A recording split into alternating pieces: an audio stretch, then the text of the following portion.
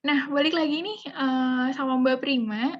Nah, aku mau kasih tahu sedikit ya teman-teman. Mungkin teman-teman penasaran kita akan belajar apa aja. Mungkin aku akan sebutin ya highlight kita bakal belajar apa sih hari ini. Nah, kita akan belajar 4 hal nih sama Mbak Prima, tapi kita nggak menutup kemungkinan teman-teman kalau mau konsultasi atau mau ngobrol nanti ada sesinya. Kita nyediain itu. Nah, materi yang akan disampaikan kita ada 4. Yang pertama itu kita akan belajar menentukan pricing model atau kayak gimana sih cara kita itu membuat apa tuh semacam kayak kita tuh jasa kita tuh dihargai berapa sih atau kita tuh berapa sih kalau menjual tulisan ini. Nah, gimana sih cara memonetasi tulisan itu nanti kita akan belajar juga. Yang kedua akan mengenai research proses dan yang ketiga itu meet the expectation. Jadi mungkin teman-teman nulis. Nah, terus teman-teman juga ketemu klien kayak gimana sih untuk menemukan ekspektasi antara tulisan harapan atau hasil tulisan yang diharapkan si klien dan teman-teman buat. Yang keempat yang gak kalah penting adalah nge-managing project, karena selain kita belajar menjadi freelancer, kita juga belajar untuk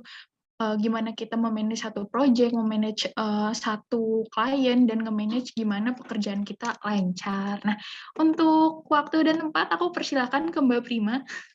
Silakan Mbak Prima. Oke, aku izin share screen ya.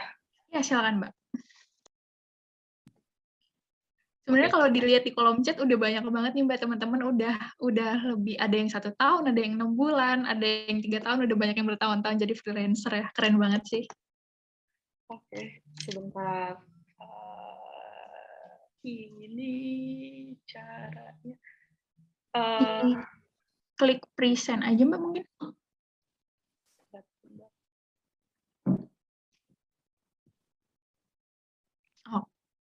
Oke.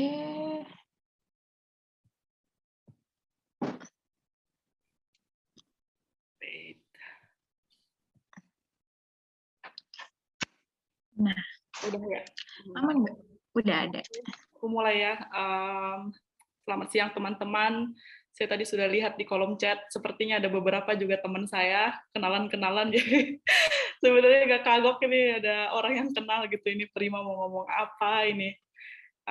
Jadi kira-kira teman-teman di sindikasi, karena apa ada yang tahu ya saya cukup lama gitu jadi penulis lepas, itu minta pada saya untuk mencoba menghitung ongkos kerja untuk penulis lepas berdasarkan pengalaman saya. Jadi ini bukan berdasarkan riset, bukan berdasarkan survei gitu. Jadi ini berdasarkan perhitungan saya sendiri.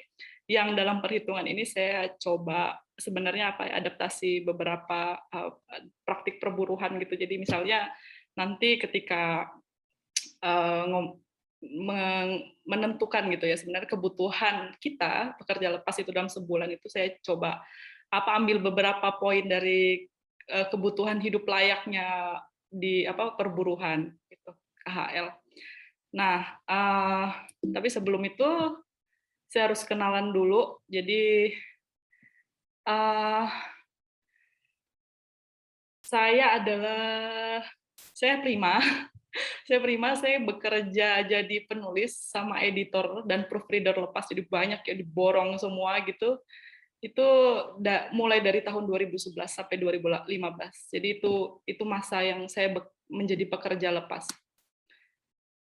Kemudian tahun 2016 itu saya mulai kerja kantoran, jadi bergaji ya, dapat privilege itu di situs web opinimojok.co, kantornya di Jogja, dan itu berlangsung sampai sekarang.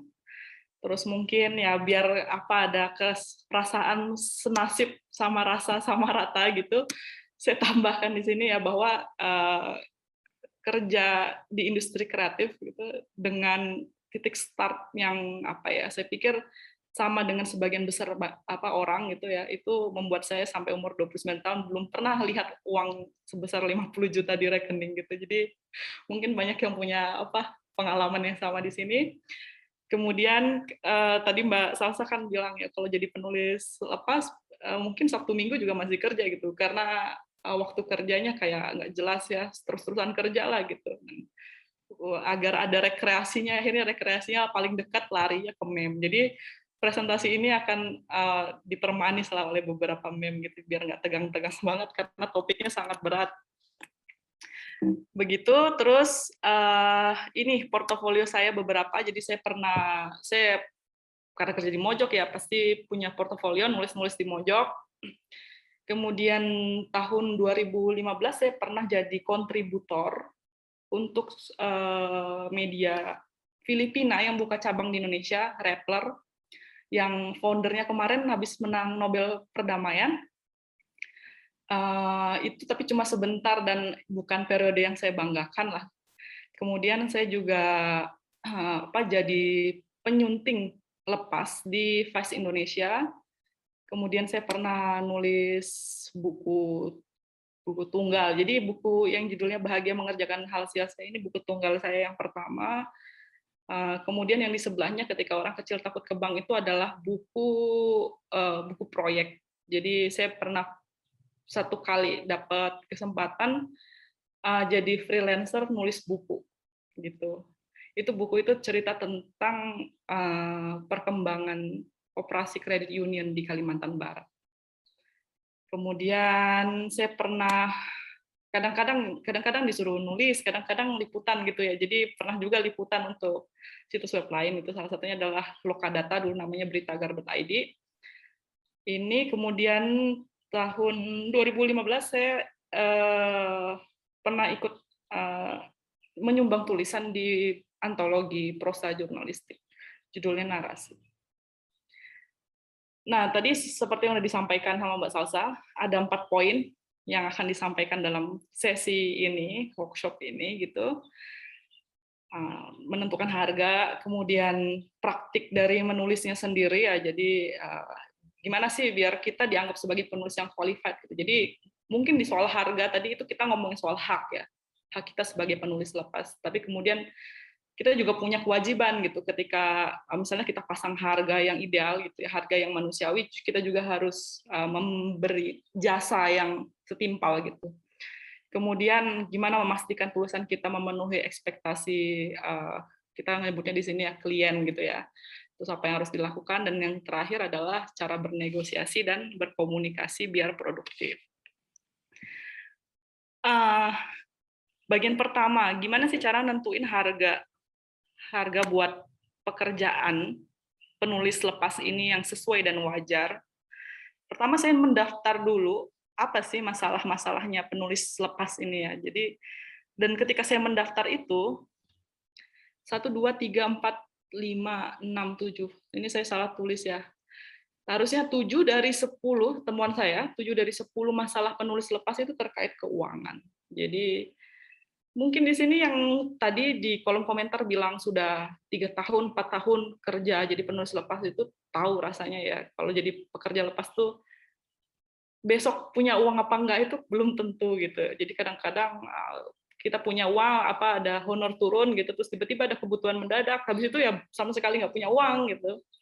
Kemudian ketika ada guncangan besar gitu, sangat berisiko tidak punya pekerjaan seperti pandemi ini. Jadi saya sudah tidak perlu jelasin lagi, itu udah pemandangan nyata yang kita lihat sendiri gitu. Kemudian alat produksi kita harus sediakan sendiri. Lalu ini yang mungkin sebenarnya paling menyedihkan ya. Kalau kita sakit, kita hate sampai tidak bisa bekerja, melahirkan, atau punya masalah-masalah sosial keseharian ya, mau kondangan, ada keluarga meninggal, kemudian pernikahan, akhirnya harus jeda dari bekerja dulu, dan tidak ada yang membayar cuti itu gitu. Jadi itu hal yang harusnya ada tapi nggak didapatkan oleh pekerja lepas.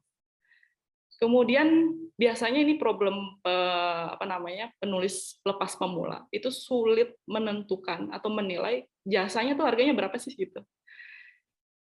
Dan terus ketika misalnya sudah dapat pekerjaan, masalah keuangan yang menghantui itu adalah nggak dibayar-bayar. Jadi udah kirim invoice berkali-kali nggak dibayar, orang yang memberi pekerjaan yang menghilang gitu.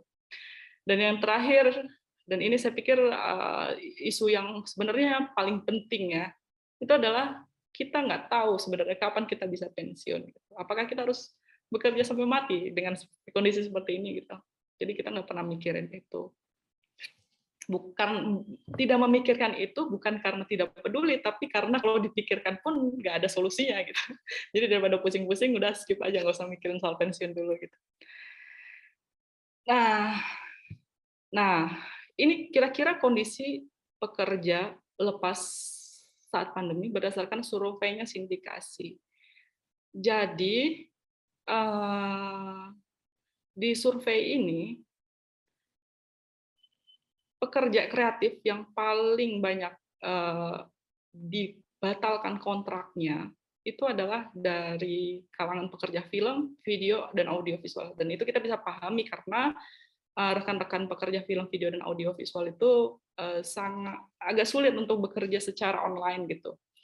Dan syukurnya, entah ini hal yang harus disyukuri atau karena memang tidak masuk di survei aja gitu, tidak disebut soal pekerja teks komersial di sini. Jadi mungkin pekerja penulis lepas itu tidak terlalu terpengaruh oleh pandemi gitu, atau mungkin malah kalau dari yang saya lihat sih memang pandemi itu nggak terlalu berefek gitu ya kepada penulis lepas gitu. Jadi selalu ada pekerjaan gitu.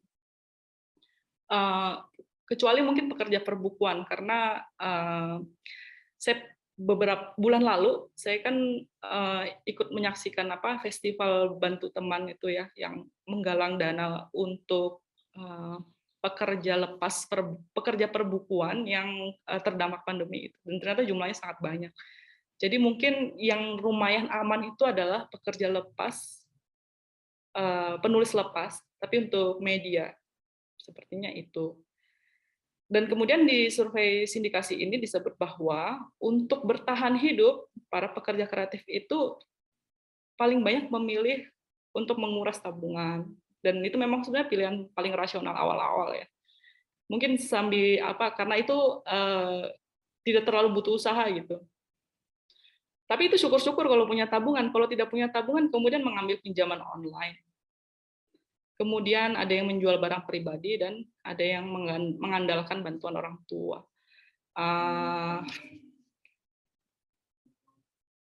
Ini juga kemudian ada data dari sindikasi soal dampak pandemi pada pekerja kreatif. Jadi ini bukan hanya untuk penulis lepas. Berdasarkan surveinya sindikasi, sepanjang Maret sampai Juli 2020 itu kelompok pekerja kreatif yang kehilangan pekerjaan, yang kontraknya dibatalkan itu paling banyak itu yang nilai kontraknya itu di angka sekitar 5 sampai 15 juta. Dan 1 sampai 5 juta. Jadi itu persentasenya kurang lebih sama. Kemudian yang mendapat kompensasi itu hanya 7,2%. Jadi mungkin sebenarnya bisa dibaca di laporannya sindikasi sih. Alasan tidak memberi kompensasi, alasan dari pemberi kerja tidak memberi kompensasi itu biasanya berdalih karena ini keadaan force majeure ya, jadi ada bencana besar gitu. Kemudian pekerja freelance di gambar nomor 3 paling kanan itu yang paling banyak mengalami pembatalan proyek dan kehilangan sumber pendapatan. Jadi memang rentan banget gitu pekerja freelance. Kemudian ketika orang-orang yang kehilangan pekerjaan itu ternyata mayoritas adalah orang dengan tanggungan. Jadi ada yang punya orang tua masih harus menanggung orang tua, ada yang masih menanggung anak dan istri, dan mungkin ada juga yang ketiganya sekaligus. Jadi sandwich generation gitu. Dan itu situasi yang sangat mengerikan. Masih punya tanggungan, banyak sekali kepala, dan kehilangan pekerjaan. Dan kemudian siasat bertahan hidupnya itu tadi. Yang tadi ada di kutipan beritanya Tirto, tapi ini lebih lengkap. Memang yang terbesar adalah ngambil tabungan pribadi, tapi kemudian ada juga yang cari pekerjaan lain. Dan kemudian yang saya lihat fenomena di pandemi itu banyak yang jadi jualan makanan. Di Instagram teman-teman jadi banyak pada jualan makanan semua gitu. Itu salah satu siasat di pandemi ini. Lalu ini ada data-data tentang kondisi freelancer. Ini juga dari sindikasi, dari buku panduan kontrak kerja sindikasi. Jadi menurut freelancer yang jadi responden dari 3 kota, Jakarta, Bandung, dan Surabaya, 38% itu biasa bekerja di rumah. Kemudian 59% tidak punya kontrak kerja. Ini jadi banyak ya ternyata tidak punya kontrak kerja. Kemudian 76% tidak dapat cuti haid. Kemudian 38% bekerja lebih dari 8 jam. Kemudian yang hampir semuanya ya 93% itu tidak mendapatkan jaminan kesehatan dan keselamatan kerja. Kemudian 86% telat atau tidak dibayar. Dan 79% jam kerja, beban kerja, jam kerja sama nilai bayarannya itu memengaruhi kesehatan mentalnya, dan terakhir 77% tidak tergabung serikat pekerja. Nah, kalau melihat masalah-masalah penulis lepas tadi, kalau saya simpulkan ya, ketika kita menghitung ongkos kerja untuk penulis lepas itu, yang harus kita pertimbangkan itu adalah gimana jaminan finansial kita, pekerja lepas itu, aman untuk masa depan. Jadi ada masuk juga tuh komponen pensiun, tabungan itu harus diperhitungkan. Kemudian juga kita masih bisa menyisihkan modal untuk pengembangan diri. Karena kemudian tarif atau ongkos kerjanya itu kan juga dipengaruhi oleh portofolio. Dan portofolio itu kalau misalnya sepenuhnya mengandalkan pekerjaan demi pekerjaan yang datang gitu ya, mungkin ada potensi-potensi yang tidak bisa kita kembangkan, atau kemudian ketika ada tantangan baru itu tidak terfasilitasi oleh pekerjaan yang ada sekarang gitu. Jadi misalnya katakanlah kita sekarang biasa nulis artikel untuk web media gitu ya, media online gitu. Kemudian ternyata tuh pelan-pelan kita lihat di sekitar gitu ada tren misalnya kalau bikin esai itu dalam bentuk video. Dan itu hal yang sama sekali lain gitu dari yang kita lakukan sekarang gitu. Jadi harus jadi belajar jadi ngisi voice over, kemudian mengedit video mungkin gitu. Dan saya pikir kalau belajar seperti itu kan harus mulai dari nol. Apalagi kalau udah biasa nulis teks aja gitu. Jadi itu dan tiba-tiba misalnya kebutuhan atas produk seperti itu ya, video esai gitu, itu tiba-tiba datang itu jebret gitu, dan kita nggak pernah siap-siap. Makanya kemudian biasanya akhirnya yang mengisi ruang itu adalah generasi yang lebih muda gitu ya, karena mereka misalnya ketika tren itu terjadi mungkin masih sekolah, masih sangat update sama perkembangan teknologi, mereka udah mulai belajar menyesuaikan diri tapi dalam situasi belum bekerja sehingga agak santai gitu ya, belajar tapi santai gitu. Nah, itu kemudian yang mengisi dan membuat generasi yang lebih tua itu merasa tidak bisa mengejar generasi yang lebih muda. Jadi karena nggak punya waktu untuk mengembangkan diri, waktu dan modal. Begitu. Jadi itu dua pertimbangan ketika menghitung ongkos kerja ini. Nah, kira-kira menghitung ongkos kerjanya itu dimulai dari sini.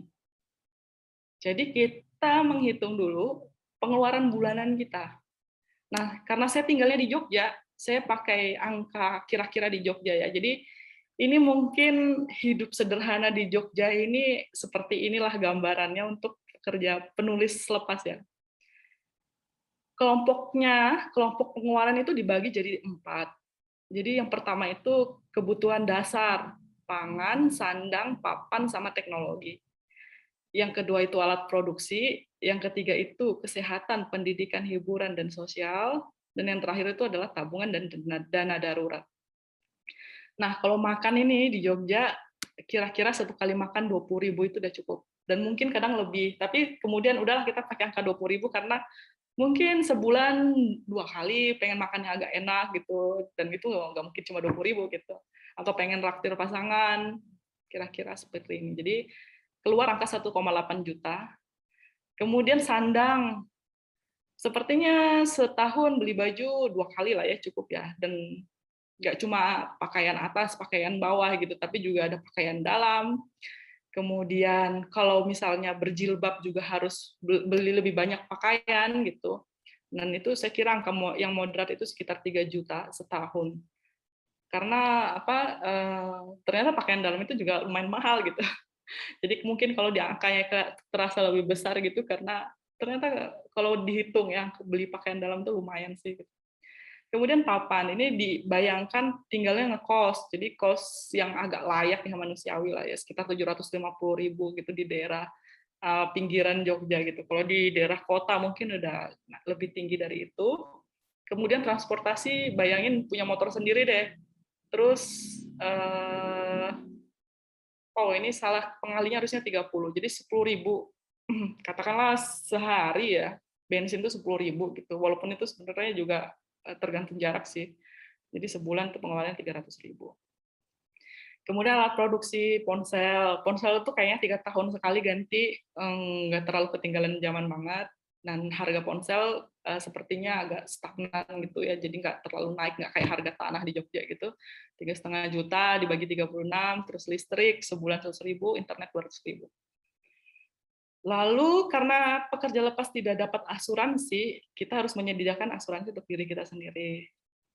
BPJS kelas 1 tuh sekarang 150.000, terus masih baca buku lah, 2 bulan sebulan beli buku 2 itu 75.000. Kemudian hiburan nih kayak apa ya, paling gampang sih diimajinasikan tuh nongkrong di kafe sih ya, sekali nongkrong 50.000 itu dah, jangan makan tapi itu minum sama cemilan aja. Terus sosial, nah ini terutama yang masih punya ini ya, apa, tinggal atau punya banyak teman lah, nikahan, terus ada sumbangan kematian, anak teman melahirkan gitu. Ya budgetin 100.000 aja lah sebulan gitu. Walaupun kayaknya sekarang kalau nyumbang orang 100.000 doang tuh kayak kecil banget gitu. Nah, untuk komponen yang pertama ini totalnya adalah 4.097.000. Lalu ada tabungan dan dana darurat. Tabungan itu ada yang pakai rumus 60% dari gaji, dari pengeluaran, terus dari gaji ding. Kemudian ada yang pakai 40%, jadi kayaknya kelipatannya genap gitu lah, 20, 40, 60 gitu. Nah, karena tadi pengeluarannya cuma 4 juta, oke kita pakai angka sekitar 20%. Kenapa 20%? Karena keluar angkanya adalah 1 juta. 1 juta kalau nabung setahun itu 12 juta. 12 juta mungkin ya nabung 2 tahun bisa beli motor 1 gitu. Dianggapnya gitu. Dan ini jenis tabungan yang nggak bisa dipakai buat beli rumah di Jogja. Itu tadi tabungan. Oh ya, yang menarik itu di per UMP itu kalau nggak salah kan diatur di Pergub, kalau nggak salah. Di Jogja itu komponen tabungan itu dimasukkan dan angkanya itu kalau nggak salah itu di bawah 5%. Jadi sekarang itu UMR Jogja kan 1,7, 1.700.000 dikali 0,05, 85.000. Jadi buruh yang digaji dengan UMR itu dikasih kuota bernabungnya itu sebulan tuh 85.000. Kalau dikali 12 itu jatuhnya dikali 12 1 juta. Setahun cuma nabung 1 juta. Jadi ya buat beli apa 1 juta gitu. Lalu ada dana darurat. Jadi dana darurat ini mungkin udah ada yang tahu, tapi mungkin juga ada yang belum tahu. Itu kira-kira uang yang harus kita pegang untuk menyelamatkan diri kita kalau untuk selama 3 bulan tanpa pekerjaan. Dan biar gampang, saya hitungnya kalau kerja 1 tahun itu punya dana darurat untuk 3 bulan. Jadi keluar angkanya adalah 1.024.306. Dana darurat ini bisa dipakai untuk nambahin tabungan, bisa juga untuk memang keadaan darurat. Misalnya tadi kita nggak masukin misalnya komponen mudik hari raya gitu. Nah, itu bisa pakai dana darurat. Atau misalnya ada adik yang tiba-tiba harus masuk sekolah dan kita harus ikut urunan gitu ya. Itulah fungsi dana darurat. Dan penjumlahan dari 2 komponen di atas itu adalah 6.145.833. Ini kasusnya di Jogja. Nah, kalau kita itu adalah pekerja kontrak, atau kita itu kerja lepas, tapi secara kontinu di satu tempat terus-menerus, saya kira angkanya itu harus lebih tinggi, karena kita harus memasukkan komponen THR. Nah, THR itu kan 1 tahun kerja itu 1 kali gaji ya. Jadi THR itu kayaknya tadi saya kalikannya sama yang angka 4 juta ini sih, 4.097.000 itu. Jadi kira-kira buat nabung buat THR itu sebulannya 300-an ribu. Terus harus beli laptop karena itu senjata utamanya ya. Kira-kira kayaknya laptop sekarang ganti itu tiap 5 tahun gitu. Itu laptop yang speknya agak bagusan dikit itu kira-kira kalau 5 tahun ya 60 bulan itu nabungnya setiap bulan tuh hampir 300.000. Jadi keluarnya angkanya untuk settle gitu ya di Jogja. Ini angkanya halu banget lah, 8.802.546. Ini kalau ada peserta yang dari Jogja sih ketawa. Nah, kemudian saya juga kira-kira kasih ancar-ancar untuk pekerjaan lepas yang sifatnya musiman. Maksudnya musiman itu dapat proyek yang cuma jalan kayak 3 bulan, 6 bulan gitu. Nah, proyek itu biasanya punya anggaran yang lebih besar daripada perusahaan yang kontinu gitu ya. Jadi angkanya harus dikali 2 karena gini, kadang ya kita tuh kalau kerja lepas kan biasanya di target apa ya, selama sekian bulan lah kudu sama tempat itu gitu ya, setiap bulan dalam 3 bulan Senin sampai Jumat itu harus kerja di situ, harus nyetor kerjaan.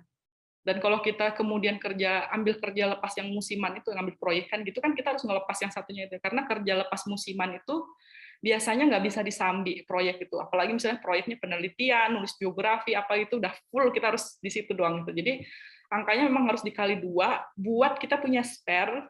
Setelah proyek itu kelar, kita kan harus nganggur nih sambil nyari-nyari kerjaan lain gitu. Nah, itu kita masih punya uang untuk menghidupi diri gitu. Jadi kalau ngerjain proyek kira-kira sebulan tuh angkanya yang wajar gitu, yang masuk akal gitu ya. Masuk akal buat pekerja sih. Itu sekitar 17-an juta. Kemudian kalau kerjanya bukannya proyek tadi ya, kerjanya itu yang tadi semua yang poin 1 sampai 4 itu dalam kondisi yang bekerja itu udah menikah itu kira-kira harus dikali 2 gitu. Jadi 17 juta. Jadi untuk hidup layak di Jogja bagi pekerja lepas dan sudah menikah itu sebulan harus dapat 17.600.000. Dan itu kayak kalau nggak salah ada data di Jogja hanya 40% orang penghuni Jogja, penduduk Jogja yang punya gaji di atas 7 juta. Jadi, wah ini angkanya memang jauh banget lah. Tapi kira-kira beginilah teman-teman gambarannya gitu. Nah, ini penghitungan seperti ini adalah saya pikir apa ya, mungkin standarnya ya. Jadi dia bisa lebih tinggi, tapi juga bisa lebih rendah gitu ya. Walaupun sebenarnya saya agak sulit membayangkan gitu. Kenyataannya memang pasti akan lebih rendah. Tapi kalau lebih rendah, misalnya kita rinci seperti ini, ongkos apa sih yang bisa kita potong gitu? Apakah makannya yang dikurangi jadi sehari cuma 2 kali dan setiap kali makan 10.000 gitu. Jadi kalau di Jogja ada gerai ayam goreng tepung yang terkenal banget dan sangat murah ya, namanya Olive Chicken ya. Jadi setiap hari makannya Olive Chicken kah gitu. Atau kemudian jadi nggak usah pernah beli baju, atau mungkin kos-kosannya yang di tempat yang lebih murah gitu. Jadi kira-kira kalau mau ngurangin itu harus perhatikan apa kos yang harus dipotong. Dan kalau bisa sih kosnya itu jangan memotong tabungan gitu. Jadi tetap harus ada punya tabungan. Karena itu tadi ada data bahwa selama pandemi itu tabunganlah yang menyelamatkan banyak pekerja lepas yang kontraknya diputus.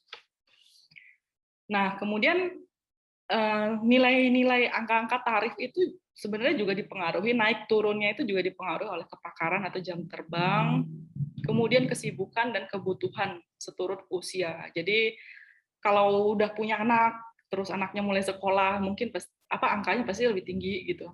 Kemudian kalau kepakaran sama kesibukan itu pengaruhnya sama ini sih, sama saya kira sama yang namanya mekanisme pasar ya. Jadi gini, mungkin sih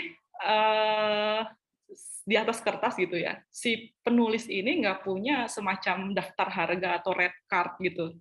Tapi kemudian dia karena kepakarannya atau keterkenalannya itu jadi lebih leluasa untuk menerima atau menolak tawaran pekerjaan. Dan kemudian akhirnya mainnya kan ada tawar-menawar gitu. Akhirnya siapa yang paling bisa bayar paling tinggi dengan permintaan yang paling masuk akal lah yang diterima. Gitu. Nah itu hal yang tidak saya pertimbangkan di dalam penyusunan cost ini. Nah itu terus ternyata angka tersebut 3,5 kali. Jadi kalau tadi ya yang untuk single itu tadi kan berapa tadi? 4 juta ya. 6 juta. 6 juta itu 3,5 kali UMP Jogja. Kalau sudah menikah tadi itu sampai 10 kali UMP Jogja. Ini jauh sekali. Padahal kita belum menghitung, oh ini kegeser nih. Padahal kita belum menghitung harus beli rumah. Nah, ini saya tunjukin nih harga rumah di Jogja. Luasnya 36 meter persegi, jadi 6 kali 6. Kalau kos-kosan standar itu 2 kali 2, ini rumahnya 6 kali 6. Harganya 350 juta. 2 kamar tidur, 2 kamar mandi. Jangan bermimpi punya perpustakaan, kamar kerja, bahkan gudang aja kita nggak bisa punya di rumah seperti ini. Kemudian Halaman ada nggak halaman? Itu udah lebih halu lagi Mbak Salsa. Mustahil. Tapi ini di daerah Ngaglik ya. Jadi sekarang itu kalau di Jogja ada tren apa yang benar-benar ingin beli rumah tapi penghasilannya mungkin nggak bombastis gitu ya. Akhirnya bergeser ke daerah yang sangat jauh gitu. Mungkin kalau di Jakarta tuh kerjanya di Jakarta Barat, tinggalnya di Bekasi gitu. Nah, sekarang itu kalau di Jogja sampai ke daerah yang namanya Kulon Progo. Jadi itu udah nyeberang 2 kabupaten gitu. Jauh banget. Terus misalnya pengen punya kendaraan sendiri biar misalnya mudiknya lebih enak atau bisa bikin usaha gitu karena butuh alat transportasi. Nah, kira-kira beli Daihatsu Ayla ya, mobilnya Daihatsu yang paling murah bekas lagi 2013 lagi. Itu harganya masih 74.800.000. Tadi sementara tabungan kita per bulan itu adalah 1.200.000 ya. Jadi 1.200.000 74 juta, ini udah kayak kasir ini, dibagi 1.200.000. Kita harus nabung selama 61 bulan, itu 5 tahun, baru bisa menembus Daihatsu Alia tahun 2013.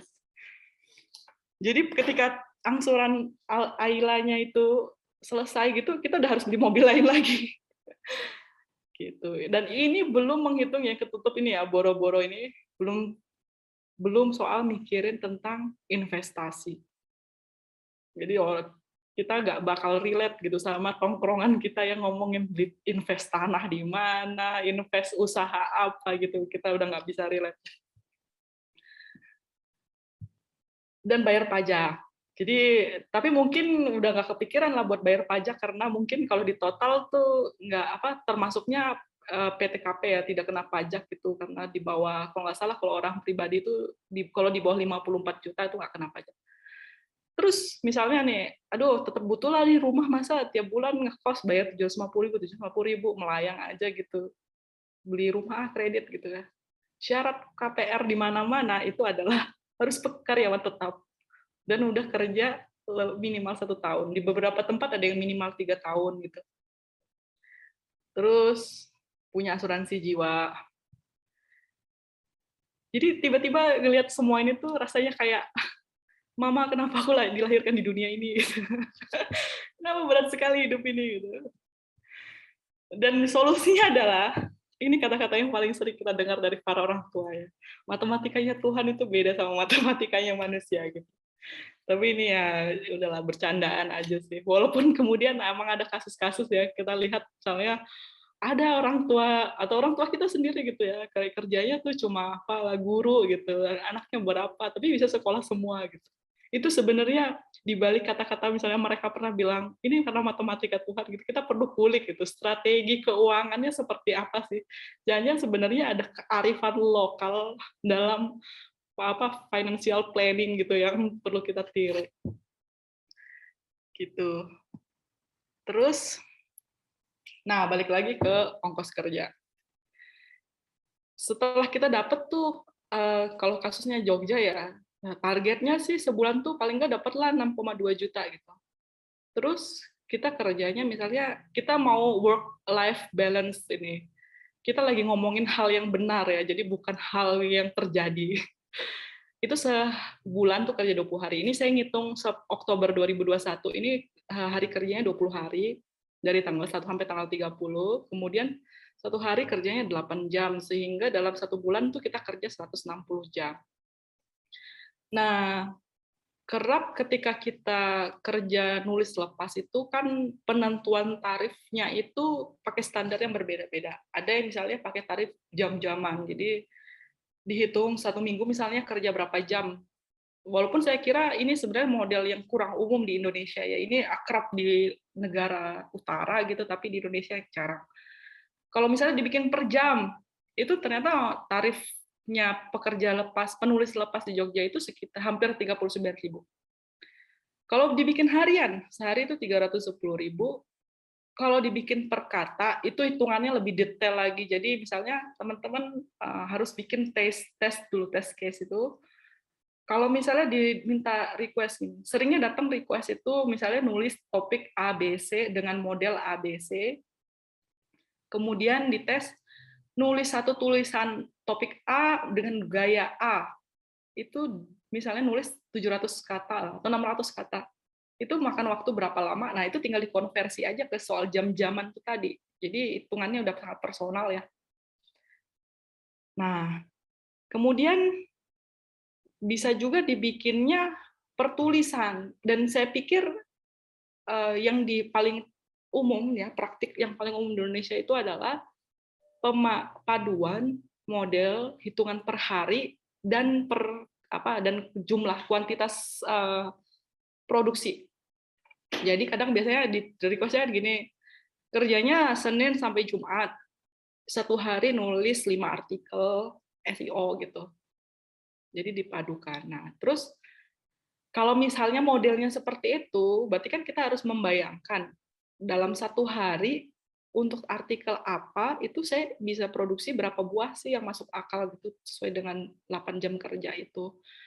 Nah, dari pengalaman saya kira-kira itu seperti ini.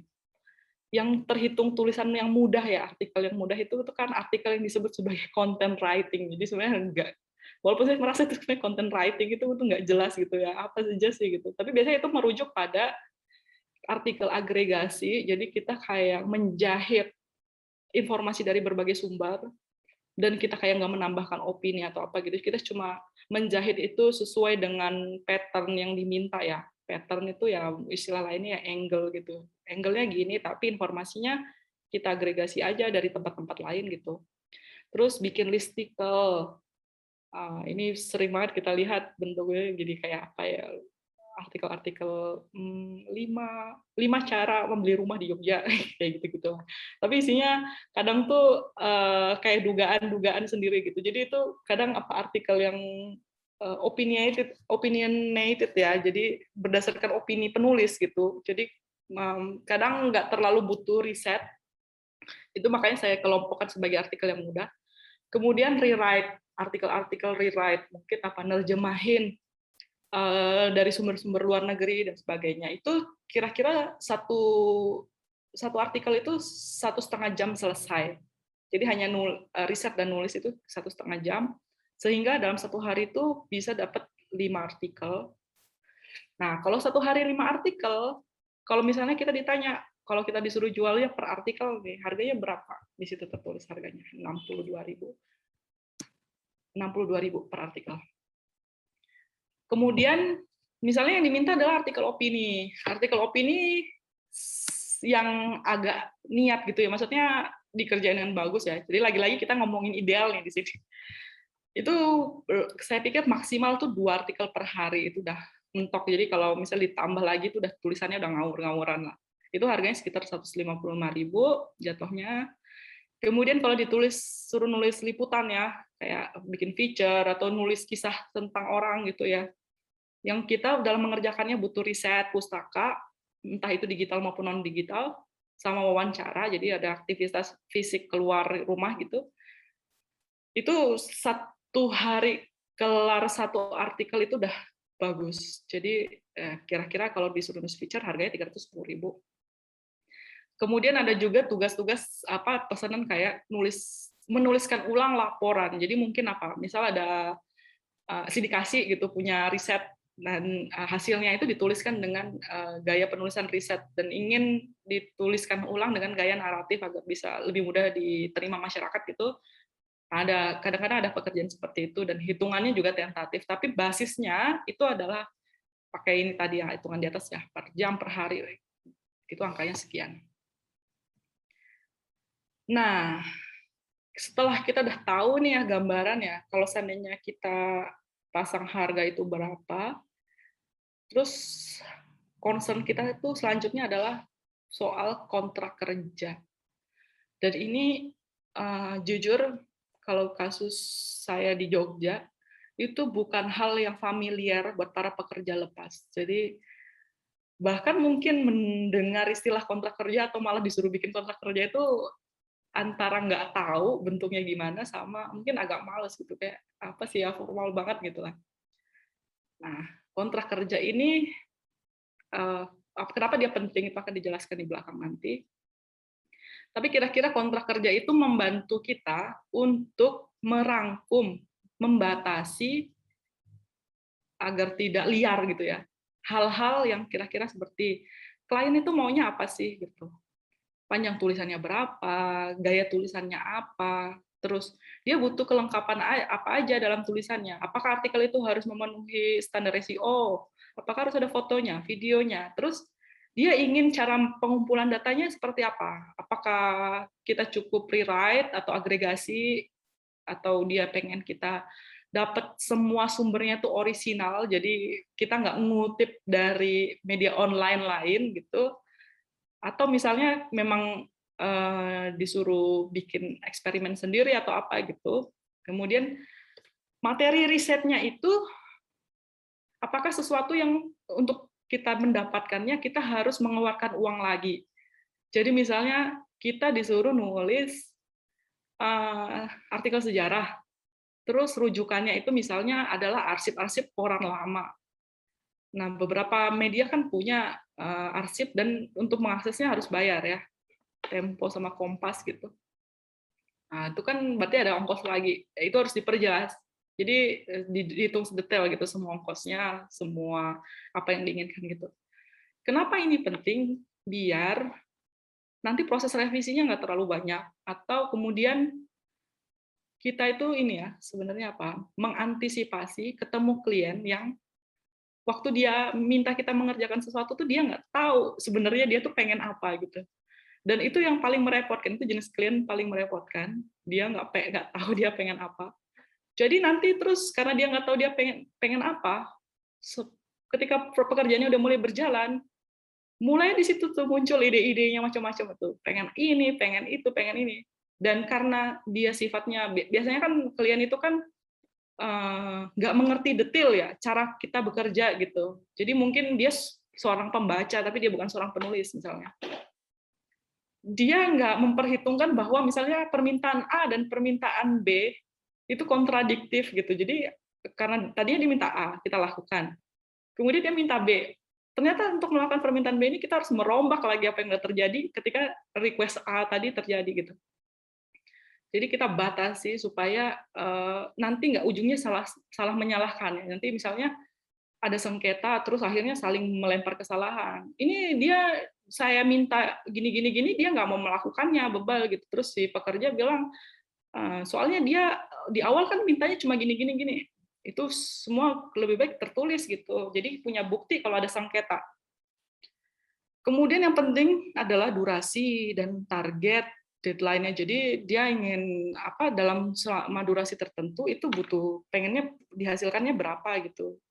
Kalau misalnya nggak ada perjanjian soal itu ya, dibikin misalnya kita pas ngobrolin kontraknya kan lisan gitu, terus kita bilang, ya lihat aja lah nanti ya kuatnya berapa gitu.